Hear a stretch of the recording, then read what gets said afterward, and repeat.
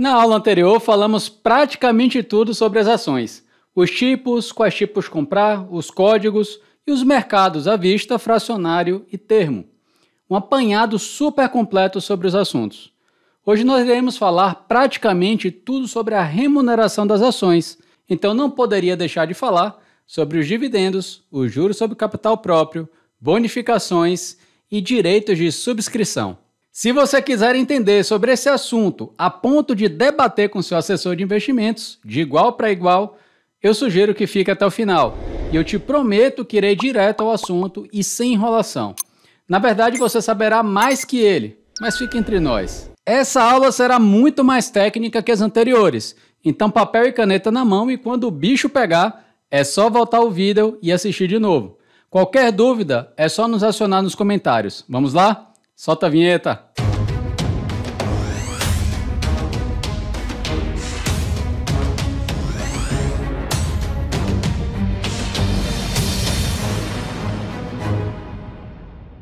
Vimos que temos vários tipos de ações e mostramos para você que as mais rentáveis eram as preferenciais.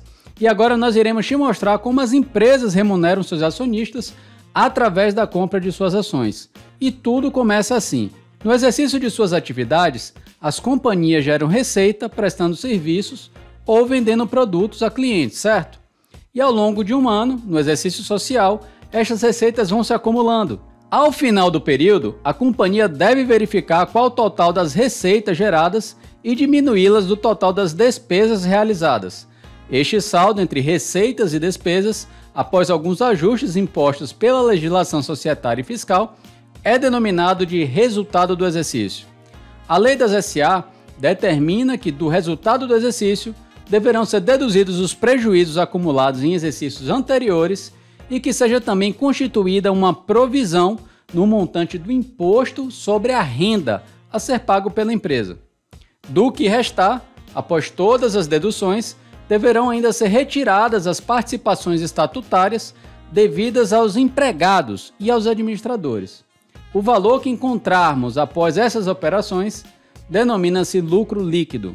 Ao final de cada exercício, os administradores devem ouvir o Conselho Fiscal, se ele estiver funcionando, e depois submeter à Assembleia Geral Ordinária da companhia, a famosa AGO, as demonstrações financeiras relativas ao período encerrado. Logo, os administradores devem apresentar uma proposta de destinação do lucro líquido daquele exercício, demonstrando quais parcelas serão utilizadas para a constituição de reservas, retenção de lucros e distribuição de dividendos. Isso se algum lucro tiver sido auferido no período. Chamamos de dividendo a parcela do lucro líquido que, após a aprovação da Assembleia Geral Ordinária, será distribuída aos acionistas da companhia. O montante dos dividendos deverá ser dividido proporcionalmente a cada acionista de acordo com a quantidade adquirida por cada um. Para garantir a efetividade do direito do acionista ao recebimento de dividendos, a lei das SA prevê o sistema do dividendo obrigatório, onde as companhias são obrigadas a, havendo lucro, destinar parte dele aos acionistas. Porém, a lei das SA permite às companhias a liberdade para estabelecer em seus estatutos sociais o percentual do lucro líquido do exercício que deverá ser distribuído anualmente aos acionistas, desde que o faça com responsabilidade e não sujeite à determinação do seu valor à exclusiva vontade de seus administradores e acionistas controladores. Caso o estatuto seja omisso, os acionistas terão direito a recebimento do dividendo obrigatório, equivalente a 50% do lucro líquido ajustado. O dividendo obrigatório somente não será devido aos acionistas nos exercícios sociais em que a situação financeira da companhia for incompatível com a sua distribuição. Nesses exercícios, a administração deverá informar esse fato à Assembleia Geral, juntamente com o parecer do Conselho Fiscal, se estiver em funcionamento. Realizada a Assembleia Geral, os administradores encaminharão à CVM a justificativa da informação transmitida à Assembleia Geral. Se isso acontecer, os lucros não distribuídos serão registrados como reserva especial e, caso não sejam absorvidos por prejuízos nos próximos exercícios, deverão ser pagos como dividendo logo que a situação financeira da companhia permita. Nos Estados Unidos, a decisão de pagar dividendos é responsabilidade do Conselho de Administração das empresas. No Brasil, a lei determina que o dividendo seja definido em Assembleia Geral Ordinária ou que esteja definido no Estatuto da empresa. Em termos de periodicidade e recorrência de pagamentos, algumas empresas adotam uma prática de pagamentos trimestrais, outras semestralmente, e há também as que pagam anualmente. Há casos, inclusive, de empresas que pagam dividendos mensalmente, como é o caso dos bancos, por exemplo, ideal para aqueles que buscam um fluxo de rendimentos constantes. Fazer uma carteira de ações de forma estratégica, escolhendo empresas com periodicidades de pagamentos diferentes, pode proporcionar ao investidor uma grande recorrência de fluxo de caixa, perfeito para aqueles que veem nos dividendos uma forma de complemento de renda ou mesmo de aposentadoria. De forma geral, um dos principais motivos que leva alguns investidores a entrar no mercado de capitais e adquirir ações é justamente a renda de dividendos. Outra grande vantagem dos dividendos no Brasil e que atrai a atenção de investidores é o fato deles serem isentos de imposto de renda, já que as empresas já pagaram imposto de renda em suas operações e por isso tributar os dividendos ser uma espécie de bitributação. Através do pagamento de dividendos, o investidor obtém uma rentabilidade sobre o seu capital investido e participa de uma parcela dos ganhos de uma empresa, sem depender de outros fatores, como a valorização e venda dos papéis, por exemplo. Os dividendos não são uma despesa operacional e não são dedutíveis do lucro tributável. Dividendos são calculados sobre o lucro líquido das empresas após o cálculo dos impostos, reduzindo o lucro acumulado ou retido, bem como seu caixa quando da distribuição. A exceção é quando de dividendo de liquidação, pois este reduz o capital integralizado pelo acionista. Vamos falar sobre juros sobre capital próprio agora? Juros sobre capital próprio é um tipo de provento que é distribuído aos acionistas pelas companhias. Assim como os dividendos, esta é uma forma muito usada pelas empresas de distribuir seus lucros aos acionistas ao longo do seu exercício. Além disso, é importante notar que esse tipo de provento é uma invenção brasileira, funcionando como os juros que a empresa deve aos sócios por emprestarem capital. O juro sobre capital próprio seria, portanto, uma recompensação pelo empréstimo. Dessa forma, o juro sobre capital próprio pode ser uma forma de distribuição alternativa aos dividendos. É fundamental para todo investidor entender o significado de juros sobre capital próprio e sua importância para remunerar o acionista, pois eles fazem parte do dia a dia de quem investe na bolsa de valores. Mas qual a diferença entre juros sobre capital próprio e dividendos? A maior diferença entre as duas formas de remunerar os investidores é que quando falamos sobre juros sobre capital próprio, os acionistas estão sujeitos ao imposto de renda de 15% sobre as participações societárias. Já os dividendos, por outro lado, não possuem nenhum imposto no Brasil. Não sei se você tem acompanhado as manchetes, mas há uma discussão severa sobre taxar os dividendos para aumentar a arrecadação de impostos e, como vimos, isso seria uma bitributação. Apesar dos juros sobre capital próprio parecerem desvantajosos, eles são muito benéficos. Esses proventos fazem com que, contabilmente, as empresas paguem menos impostos, ou seja, essa é uma forma que os investidores têm de receber mais proventos por parte de suas empresas. Enquanto os juros sobre capital próprio são pagos como despesas antes do lucro líquido, os dividendos são pagos após o cálculo do lucro da empresa, fazendo uma grande diferença. Quando os lucros são distribuídos na forma de dividendos, já é pago 25% de imposto de renda e 9% de contribuição social, totalizando 34%, podendo ser maior caso haja tributação sobre PIS e COFINS. Por outro lado, no caso do juro sobre capital próprio, o acionista é cobrado apenas em 15%. Portanto, ao pagar o provento, a empresa deixa de pagar um imposto de 34% como pessoa jurídica e a pessoa física, que é o acionista, paga o imposto de 15%. Dessa forma, é comum que as empresas paguem o máximo possível de juros sobre capital próprio, aliviando seu caixa e permitindo uma maior distribuição de lucros no futuro. No entanto, o Banco Central estabeleceu regras que impedem as empresas de distribuir lucros exclusivamente por meio de juros sobre capital próprio. Por isso é necessário que elas empreguem os dois tipos de remuneração. Ao contrário dos dividendos, que possuem distribuição obrigatória definida em lei, a bonificação é um ato voluntário da empresa. Por isso, esse tipo de provento é considerado uma forma de a companhia agradar seus acionistas. A prática é bem vista no mercado e atrai a atenção de investidores, que aumentam suas posições. Até mesmo os especuladores podem se beneficiar desse processo, pois quando uma organização anuncia bonificação de ações, o número de negociações e a liquidez tende a aumentar. Funciona assim. Ao longo das atividades, a companhia poderá destinar parte dos lucros sociais para a constituição de uma conta de reservas, que é um termo contábil. Caso a companhia queira, no próximo exercício social, distribuir aos acionistas o valor acumulado na conta de reservas, poderá fazer na forma de bonificação, podendo efetuar o pagamento em espécie ou com a distribuição de novas ações. Assim, quando a companhia quer aumentar o seu capital social, incorporando reservas, ela pode tomar essa decisão de bonificar.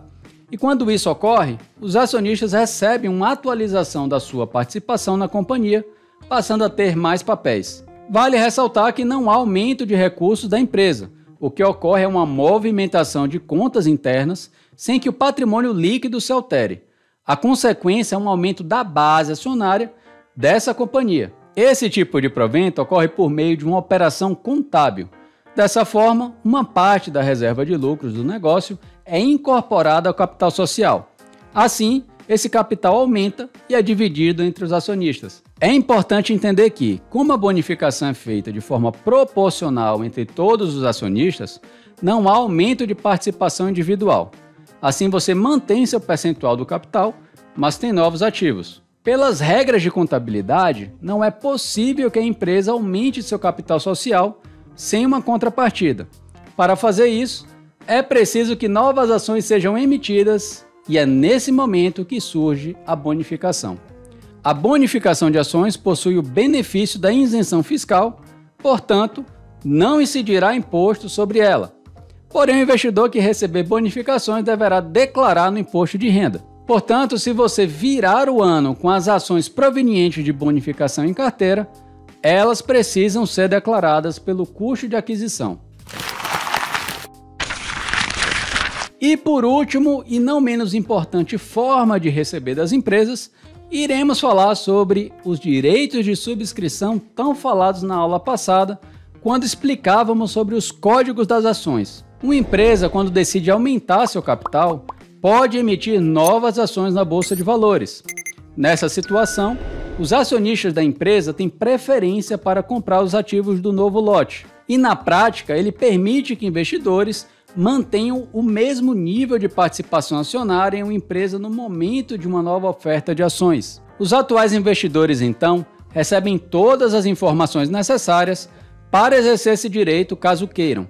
As informações são essas: data da emissão de novas ações, data limite para a compra de novas ações, percentual que o acionista tem direito a subscrever, preço das ações, data para a negociação do direito na bolsa, caso o direito seja negociável, data limite para exercer o direito de subscrição. Se quiser exercer o direito de subscrição, o investidor precisa demonstrar o interesse dentro das datas estipuladas. E para isso, basta avisar sua corretora de valores. Caso você não queira exercer os seus direitos, você pode vendê-los na bolsa e, para isso, você também pode falar com o seu assessor de investimentos. Se você não usar seus direitos de subscrição e nem os vender, não há problema.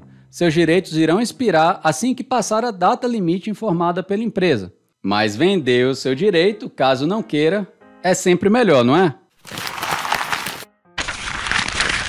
E para terminar essa aula, iremos te explicar como saber o dia exato e como se comportar no dia em que as empresas irão distribuir proventos através de dividendos, juros sobre capital próprio e ou bonificações. E até que dia poderá comprar as ações e receber eles em sua conta. Estamos falando das datas com e das datas ex. Acompanha comigo. Quando uma empresa vai divulgar os seus resultados, elas também já divulgam as datas de quando pagarão os proventos. Pode procurar no site da empresa, na seção de relação com os investidores, que tem tudo lá. As companhias fazem isso para avisar os acionistas ou futuros investidores as datas em que será possível usufruir dos dividendos que a empresa irá distribuir. Essa data é conhecida como data COM, ou seja, se o investidor quer receber os proventos de uma empresa, é necessário que compre e mantenha as ações até a data COM.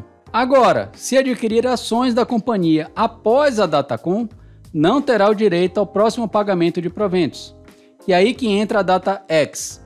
A data X é o termo usado para especificar o dia posterior à data COM, em que os ativos passam a ser negociados sem que os acionistas tenham direito ao recebimento do próximo pagamento de proventos. Vamos dar um exemplo na prática aqui para vocês.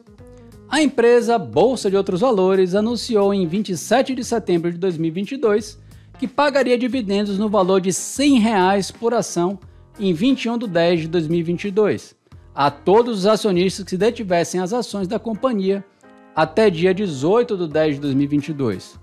Nesse exemplo, a data COM é 18 de 10 de 2022 e os acionistas que compraram as ações da empresa e as mantiveram na carteira até essa data vão receber os dividendos na data combinada, no caso dia 21 de 10 de 2022. A data X é o dia seguinte à data COM. Portanto, os acionistas que comprarem ações no dia 19 de 10 de 2022 em diante não terão mais o direito de receber os dividendos no dia 21 de 10 de 2022.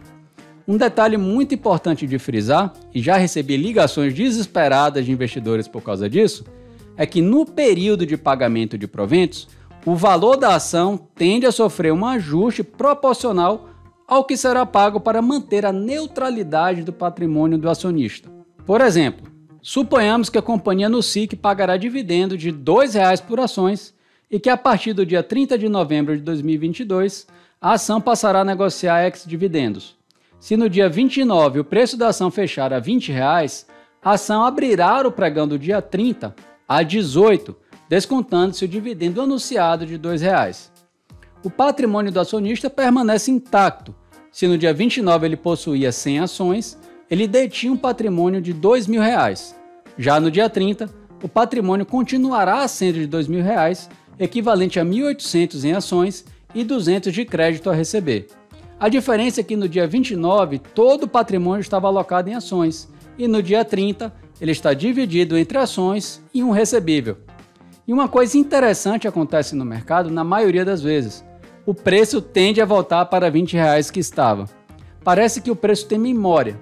Isso porque há um aumento de interesse nos papéis, ou seja, há um aumento na demanda porque eles estão mais baratos que no dia anterior. E quanto maior a demanda, o preço do ativo tende a aumentar.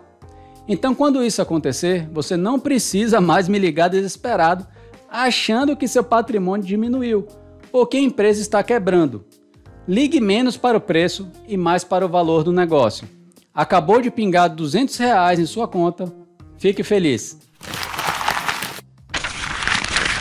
Na próxima aula, iremos falar sobre grupamento e desdobramento de ações.